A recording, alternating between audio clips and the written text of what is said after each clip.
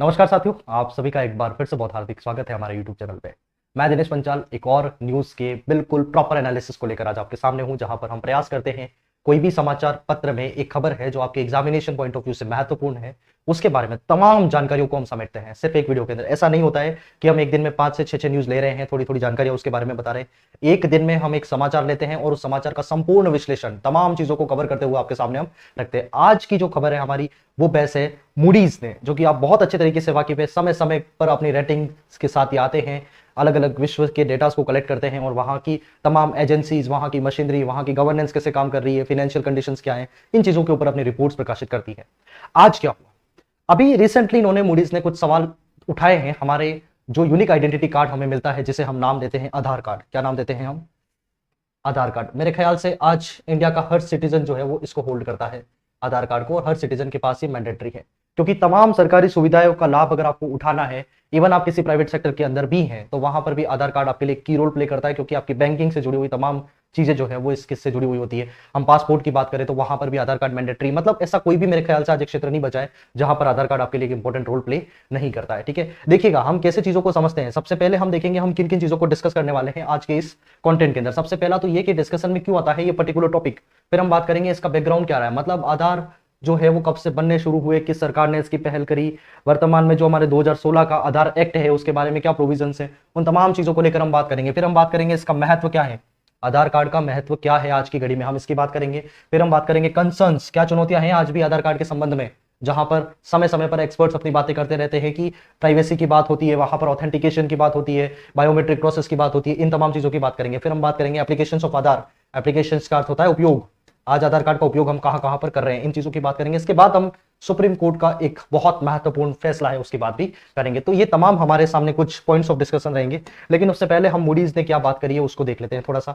Moody's ने अभी बात करी है कि जो आधार कार्ड है हमारे यहाँ पे, सबसे पहला इन्होंने जो इश्यू उठाया है उसमें इन्होंने कहा है, एक मिनट यहाँ पे थोड़ा लिख के बता देते हैं आपको क्या चीजें इन्होंने बताई है। ठीक है, सबसे पहली बात इन्होंने बताई है कि जो आपका डेटा कलेक्शन हो रहा है आज की घड़ी में, डेटा कलेक्शन हो रहा है वो सेंट्रलाइज्ड है।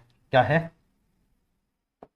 सेंट्रलाइज्ड है। मतलब जो भी, जैसे आप सोचिए, आप जब भी एक इंसान आधार कार्ड बनवाता है तो उसकी प्रोसेस होती है, वहां पर एक तो सबसे पहले आपके फिंगरप्रिंट्स लिए जाते हैं, ये बायोमेट्रिक प्रोसेस है, उसके अंदर क्या क्या चीजें शामिल है, और दूसरा आपके आंखों के आइरिस का स्कैन होता है। ठीक है, एक तो आइरिस का स्कैन होता है और साथ में आपके जो फिंगरप्रिंट्स हैं वो लिए जाते हैं। इन दो चीजों से आपका क्या होता है, बायोमेट्रिक पूरा होता है। ठीक है, और ये एक इंसान का डेटा है, मतलब आप अगर आधार कार्ड बनवा रहे हैं, आपने ये दो चीजें दी हैं, ठीक है, अपनी, तो इन दो चीजों का इस्तेमाल होके फिर इसके बाद आपने आधार कार्ड से दूसरे जो जो काम भी करें, जैसे आपका पैन कार्ड हमारे आधार कार्ड से लिंक होता है, हमारा पासपोर्ट हमारे आधार कार्ड से लिंक होता है, तमाम चीजें आधार कार्ड से लिंक है, बैंकिंग की डिटेल्स हमारी सारी लिंक उससे लिंक होती है। अब अगर हमारे पास आधार का डेटा पूरे तरीके से है तो दो तरीके की चीजें, जैसे हम एक बात करें, एक तो इंफॉर्मेशन होती है डेमोग्राफिक इंफॉर्मेशन। कौन सी इंफॉर्मेशन? Demographic information. और दूसरी इंफॉर्मेशन हम देखते हैं पर्सनल इंफॉर्मेशन। ये दोनों ही इंफॉर्मेशन किसके अंदर होती है? हमारे आधार कार्ड के अंदर होती है, क्योंकि आधार कार्ड का हम अलग अलग जगह पे इस्तेमाल करते हैं। ठीक है, ये बात आपको समझनी है यहां पे।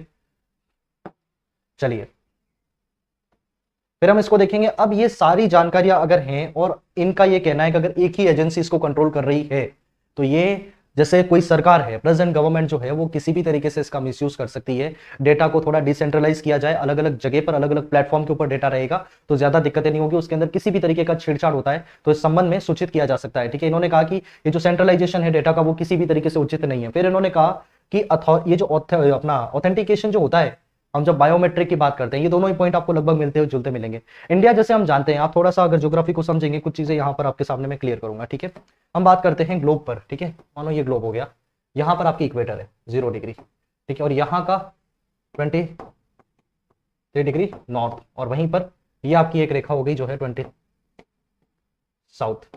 ठीक है, इसे हम बोलते हैं ट्रॉपिक ऑफ कैंसर। ठीक है, कर्क रेखा जैसे आप कहते हैं। ठीक है, ये तो हो गई आपकी कर्क रेखा, ये हो गई आपकी मकर रेखा। ठीक है, और ये आपकी हो जाती भूमध्य रेखा, भूमध्य रेखा। ठीक है, आप देखेंगे सर ये जो हमारा पोर्शन है, बेसिकली ये जो पोर्शन है, यहां पर दो चीजों की प्रधानता रहेगी। इतना पोर्शन जो भी है, सबसे पहली बात तो ये कि हमारे यहां पर जो ताप है वो वर्ष पर मिलता रहता है, पहली बात ये। ठीक है, दूसरा हम बात करें यहां पर जो रेन है, बारिश है, वो भी आप देखते हैं कि उसका भी डिस्ट्रीब्यूशन बहुत अच्छे से होता है। तो ताप और जो हमारी बारिश है वो भी होती है, और साथ में आप देखते हैं जो ह्यूमिडिटी है, ठीक है, ह्यूमिडिटी का मौसम भी आपको यहाँ पर देखने को मिलेगा। और भारत आप जानते हैं बहुत अच्छे तरीके से कि यहाँ पर कहीं लोकेटेड होता है, ठीक है, भारत की हम बात करें तो।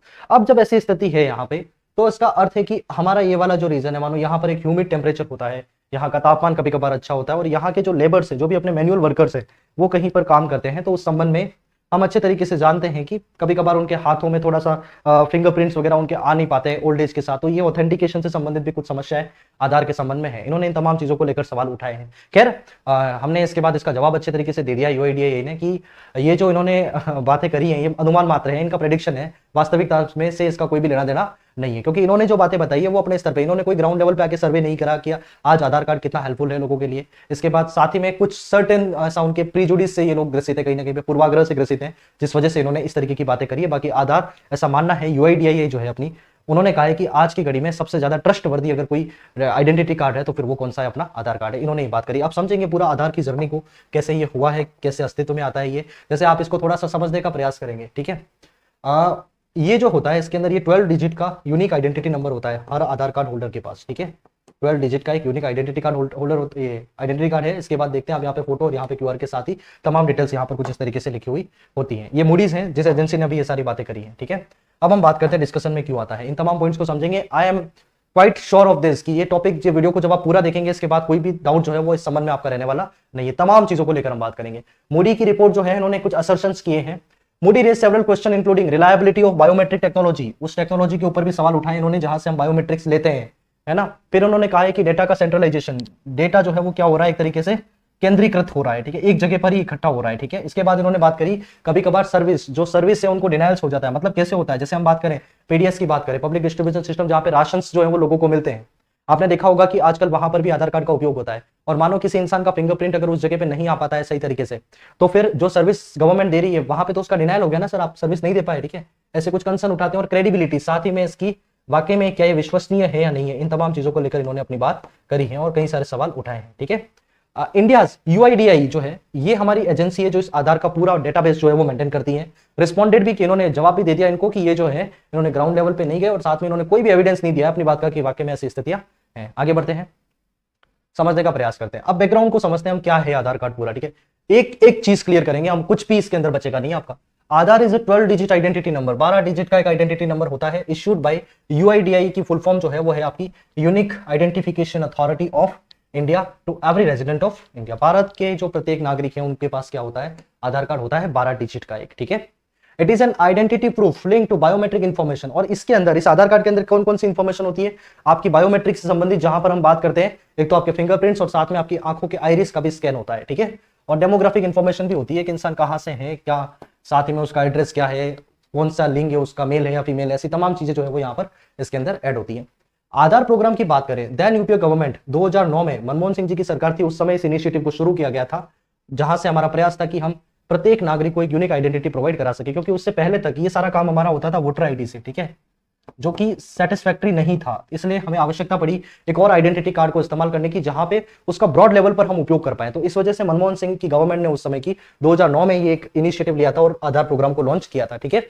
आज 2022 का एक डेटा हम देखें तो इंडिया के लगभग 99% ऑफ एडल्ट्स हैं, वयस्कों में हम बात करें 18 साल की उम्र के लगभग 99.99% लोगों के पास जो है वो आज की घड़ी में क्या है, आधार कार्ड है, ठीक है। मतलब एक बहुत बड़ी रीच है इसकी, और टोटल नंबर है तो 133 करोड़, ठीक है। Aadhaar card has helped bridge the digital divide and helped in the smooth roll out of various government direct benefit transfer, DBT. इसका अर्थ क्या होता है हम इसे समझते हैं, प्रत्यक्ष लाभ वितरण आप इसे कह सकते हैं। मतलब यहाँ पे क्या होता है, जैसे एक समय था जब पेंशन्स दी जाती थी, तो पेंशन जो है वो कैश के अंदर आती थी, आगे से सेंट्रल से मानो कोई पेंशन आ रही है तो अलग अलग अधिकारियों से होकर वो पेंशन फिर अंततः जो लाभार्थी है उस तक पहुंचती थी। तो उसमें दो सवाल थे, पहला तो ये कभी कभार तो लाभार्थी तक वो पेंशन पहुंच ही नहीं पाती थी, and sometimes it was also observed that वहां से अगर 100 रुपए भेजे गए हैं तो जो लाभार्थी है उस तक आते आते कभी कभार 30 या कभी कभार 40 रुपए जो है वो बच जाते थे, एंड समटाइम 10 रुपए 5 रुपए भी बचते थे। उसका कारण क्या है, कारण है उसका कि मिडल मैन का रोल ज्यादा था। किसका रोल ज्यादा था, जैसे हम कहते हैं बिचौलिए, ठीक है। बिचौलियों का रोल जो है वो ज्यादा था, और इन बिचौलियों के रोल को पूरे तरीके से क्या किया, खत्म किया गया। अब जो भी पैसा मानो वहां से गवर्नमेंट किसी भी इंसान को देना चाह रही है तो सीधा उसके बैंक अकाउंट में ट्रांसफर होता है, जहां पे उसका आधार कार्ड लिंक होता है, और फिर हमें पता पड़ जाता है कि भाई ये पूरा पैसा वहां पर किसी भी तरीके की कोई भी भ्रष्टाचार जो है वो नहीं हो सकता है। तो आधार कार्ड ने एक बहुत इंपॉर्टेंट रोल प्ले किया है भ्रष्टाचार से निपटने की हम बात करें तो। फिर हम आगे और देखते हैं। अब आधार एक्ट आया फिर 2016 में, जब इसके संबंध में कुछ कंसर्न किए गए, इसको थोड़ा और वैधानिक बनाया गया। क्या बनाया गया, इसको वैधानिक दर्जा दिया गया। और वैधानिक दर्जे में देखना आधार कार्ड के संबंध में क्या क्या बातें हुई। पहली बात तो ये है डिस्ट्रीब्यूशन ऑफ आधार कार्ड। उसमें अगर कोई भी इंसान अपना बायोमेट्रिक इंफॉर्मेशन देता है और अपनी डेमोग्राफिक डिटेल्स अगर देता है तो वो हर इंसान का हम क्या बनाएंगे, आधार जो है उसको डिस्ट्रीब्यूट हम करेंगे। ये आधार एक्ट के प्रोविजन है। फिर देखना यूआईडीएआई जो है उसको स्टैट्यूटरी बॉडी बनाया गया, और वो किस मिनिस्ट्री के अंडर काम करती है, तो ministry of electronics and information technology. और इसे किसका दर्जा दिया गया, वैधानिक संस्था का दर्जा दिया गया है। एक बात ये क्लियर रखें, वैधानिक संस्था का दर्जा दिया गया। तो इसको वैधानिक संस्था कब बनाया गया, तो 2016 में। कौन से एक्ट के तहत, तो फिर आधार एक्ट के तहत। ये बात यहां पे समझनी है आपको। फिर हम आगे बढ़ते हैं। A unique number for every citizen. जो 12 डिजिट आपको दिए जाते हैं वो सभी के लिए क्या होते हैं, यूनिक होते हैं, मतलब बिल्कुल अलग नंबर हर इंसान को अलॉट होते हैं। Responsibility of UIDAI for safety and privacy of Aadhaar holder. फिर इसके अंदर ये बात की गई जिस इंसान के पास भी आधार कार्ड है तो उसकी जानकारी किसके पास है, यूआईडीएआई के पास है। तो ये जिम्मेदारी होगी इनकी ये जिम्मेदारी होगी कि जिनके भी आधार कार्ड है उनकी प्राइवेसी और उनकी जो हमारा सेफ्टी है, मतलब ये उनकी जिम्मेदारी है यूआईडीएआई की कि सबसे पहला तो उनकी निजता जो है उसका किसी भी तरीके से हनन ना हो, साथ में उनकी जो सुरक्षा है उसका हनन ना हो। सेफ्टी एंड प्राइवेसी की जिम्मेदारी पूरे तरीके से किसको सौंपी गई, यूआईडीएआई जो है उसको सौंपा गया। ठीक है। और इस संबंध में कोई भी वायलेशन अगर होता है तो उसके संबंध में आगे प्रोविजंस भी रखे, जैसे अगर कोई भी इंसान जो हमारा आधार कार्ड के संबंधित डेटा को लीक करने का प्रयास करता है तो उसके ऊपर 10 लाख तक का जुर्माना और 3 साल तक की कैद का प्रावधान भी किया गया, और कुछ केसेस में दोनों भी यहां पर लागू हो सकते हैं। ठीक है। अब शेयरिंग को रेस्ट्रिक्ट किया गया, मतलब ये कि आधार कार्ड का जो हमारा डेटा है उसे इवन यूआईडीएआई जो है वो बिना किसी स्पेसिफिक पर्पज से किसी के भी साथ शेयर नहीं कर सकती है। ठीक है। अनलेस एनी स्पेसिफिक पर्पज, अगर कोई राष्ट्रीय सुरक्षा के हित की बात है तो वो बात और है। और अगर इनका किसी भी तरीके से वायलेशन होता है तो सुप्रीम कोर्ट सीधा क्या करेगी, इंटरफेयर इसके अंदर कर सकती है। ठीक है। तो कोर्ट स्वतः संज्ञान लेकर भी, मतलब अगर उनके पास कोई पीआईएल नहीं आती है और उन्हें लगता है कि कहीं पर नागरिकों के डेटा के साथ किसी तरीके का खिलवाड़ हो रहा है तो कोर्ट सीधा उसके अंदर इंटरफेयर करके इन चीजों का कोई सोल्यूशन जो है वो निकालने का प्रयास करेगी। ठीक है। आगे बढ़ते हैं, कुछ और चीजों को हम समझने का प्रयास करते हैं।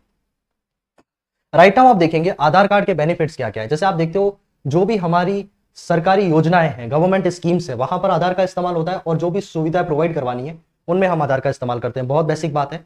अब इसके बाद फ्रॉड एंड लीकेज को रोका गया है इसके अंदर। जैसे बिचौलियों की मैंने बात करी कि वहां से 100 रुपए भेजा जा रहा है और जनता तक आते आते वो पैसा कितना हो रहा है, 10 रुपए हो रहा है। तो इन चीजों को रोकने के लिए बीच में जो लोग पैसा खा रहे हैं उनको कैसे रोका जाए, इस वजह से इस आधार का प्रोविजन किया गया ताकि सीधा जो भी बेनिफिट गवर्नमेंट देना चाह रही है लोगों को, वो जो लोगों के खाते में सीधा जाए और उसके अंदर एक भी रुपए का इधर उधर घोटाला ना हो। ठीक है। और फाइनेंशियल इंक्लूजन, जिसे हम कहते हैं वित्तीय समावेशन, तमाम लोगों को बैंकिंग से जोड़ना और इकोनॉमी का उन्हें एक एक्टिव पार्टिसिपेशन देना। ठीक है। जैसे आपने सुना होगा जनधन योजना का नाम। ठीक है। जनधन योजना का मेन काम क्या रहा, यही कहा तो रहा इसका कि किसी भी तरीके से जो तमाम वर्ग हैं हमारे उनको बैंकिंग तक उनकी पहुंच हो और उनके आधार कार्ड से उनके खाते लिंक रहेंगे तो जो पेंशन वगैरह का अलॉटमेंट है उसमें किसी भी तरीके का कोई इश्यू नहीं होगा। वित्तीय समावेशन मतलब ऐसा तबका जो आज तक बैंक से कभी भी वंचित रहा है उन्हें भी बैंक से जोड़ना। ठीक है। ताकि वो भी इकोनॉमी की मुख्य धारा में आ सके। ठीक है। फिर आप देखते हैं इसका इस्तेमाल जैसे pan card, passport, voter ID, banking details इनमें भी होने अब लगा है। ठीक है। 2021 में ही इलेक्शन कमीशन भी अब आधार डेटाबेस का इस्तेमाल कर रहा है। ठीक है। अब एक सवाल आता है, सवाल यह है कुछ लिमिटेशंस भी हैं। अगर आधार इतना काम आ रहा है तो वही लिमिटेशन आप देखेंगे वहां पे मोदी ने भी जो लिमिटेशंस हमारे उठाए हैं आधार कार्ड के, आपको वो चीजें कुछ कुछ यहां पे मिलेगी। जैसे आप देखोगे बायोमेट्रिक ऑथेंटिकेशन, इसके ऊपर सवाल उठाए हैं। कभी कभार ये क्या नहीं हो पाता है, एक मान्य नहीं होता है। ठीक है। मतलब जैसे हम देखते हैं कि कुछ लोगों के जो बायोमेट्रिक है वो एक समय के बाद आना बंद हो जाते हैं क्या। ठीक है। तो इस संबंध में भी कुछ अच्छे प्रोविजंस किए जाने चाहिए। ठीक है। फिर है रिलायबिलिटी ऑफ डेमोग्राफिक डिटेल्स। कभी कभार क्या होता है एक इंसान कहीं और कहीं रहने वाला है और एक गलत एड्रेस से भी आधार कार्ड वगैरह ऐसे बने, ऐसे केसेस हमारे सामने आए हैं। तो डेमोग्राफिक डिटेल्स का भी एक प्रॉपर क्या होना चाहिए, ऑथेंटिकेशन होना चाहिए। ठीक है। फिर हम बात करेंगे जो कंसर्न्स ऑफ सिक्योरिटी, ये बात तो हमेशा से ही रही है आधार से जुड़ी हुई कि नागरिकों की सुरक्षा से संबंधित कई सारे कंसर्न आधार से जुड़े हुए रहते हैं। और इन्फॉर्मेशन अब जैसे अब तो बैन किया गया है इसको, इवन प्राइवेट एंटिटीज हैं जो निजी संस्थान है वो भी क्या करने लगे थे, आधार कार्ड डेटा का इस्तेमाल करने लगे थे और उसको मैंडेटरी किया जाने लगा था। तो इस संबंध में तो अब प्रतिबंध लगे हैं, क्योंकि आपके जो आर्टिकल 21 है उसके अंदर अब किसको जोड़ा गया, निजता का अधिकार, ठीक है, राइट टू प्राइवेसी को इसके अंदर जोड़ा गया। इसके बाद से ही इन्हें प्रतिबंधित किया कि आप किसी काम के लिए इनका इस्तेमाल नहीं कर सकते। तो प्राइवेट एंटिटीज जो है उनके द्वारा भी अगर इस डेटा को इस्तेमाल किया जाता है तो वो भी सही बात नहीं है। और अगर मानो किसी का बायोमेट्रिक मैच नहीं होता है, जैसे मानो पेंशन आ रही है किसी आदमी की और पेंशन आ रही है और वो इंसान पेंशन निकालने के लिए जाता है, तो वहां पर जब उसका फिंगरप्रिंट वो लगाता है और अगर वो मैच नहीं करता है, ठीक है, क्योंकि हमारे यहाँ पे लेबर्स कुछ ऐसी कंडीशंस में काम करते हैं, कभी कभार उनके जो थोड़े बायोलॉजिकल चेंजेस और फिजिकल चेंजेस आते हैं, तो उस समय ऐसा ना हो कि वो इंसान उस पेंशन का लाभार्थी नहीं बन पाए, क्योंकि हमारे यहाँ पे कंडीशंस बहुत ज्यादा ह्यूमिड है, ठीक है। तो ये सोशल बेनिफिट्स कभी कभार नहीं मिलता। और मेटा डेटा की हम बात करें, जहां पर आधार के डेटा को स्टोर किया जाता है, सुप्रीम कोर्ट ने एक बात कही थी कि ये जो आपका डेटा है वो 6 महीने से ज्यादा आप एक जगह पर इंस्टॉल ना करें, क्योंकि आधार के प्रोविजन में तो क्या है सर, 5 साल तक हम एक जगह पे इसका डेटा स्टोर रखेंगे। इस संबंध में सुप्रीम कोर्ट ने भी एक सलाह दी है कि ये कितना होना चाहिए सर, 6 मंथ का होना चाहिए। और इसके बाद जैसे हर तरीके की सर्विस में अगर आप आधार कार्ड का इस्तेमाल करते हैं तो ये बात भी गलत है, क्योंकि वहां पर आपकी और भी दूसरी बहुत सारी इंफॉर्मेशन जुड़ी हुई है। इसके बाद जैसे यही बात है, पुअर एंड एल्डरली पीपल, जो कुछ ऐसे लोग हैं जो ऐसी कंडीशंस में काम करते हैं, कुछ गरीब तबका है हमारा, साथ ही में कुछ हमारा जो एल्डरली लोग हैं जो वृद्ध हो चुके हैं, उनके फिंगरप्रिंट्स मैच नहीं करते, तो उनको भी एक तरीके से जो सेवाएं मिलती है उससे उनका एक्सक्लूजन हो जाता है। और data without consent of the holder, ये इस संबंध में हम कभी एक और वीडियो लेकर आएंगे। जो हाल ही में डिजिटल डेटा प्रोटेक्शन बिल की बात हो रखी है उसको भी हम पूरे तरीके से क्लियर करेंगे।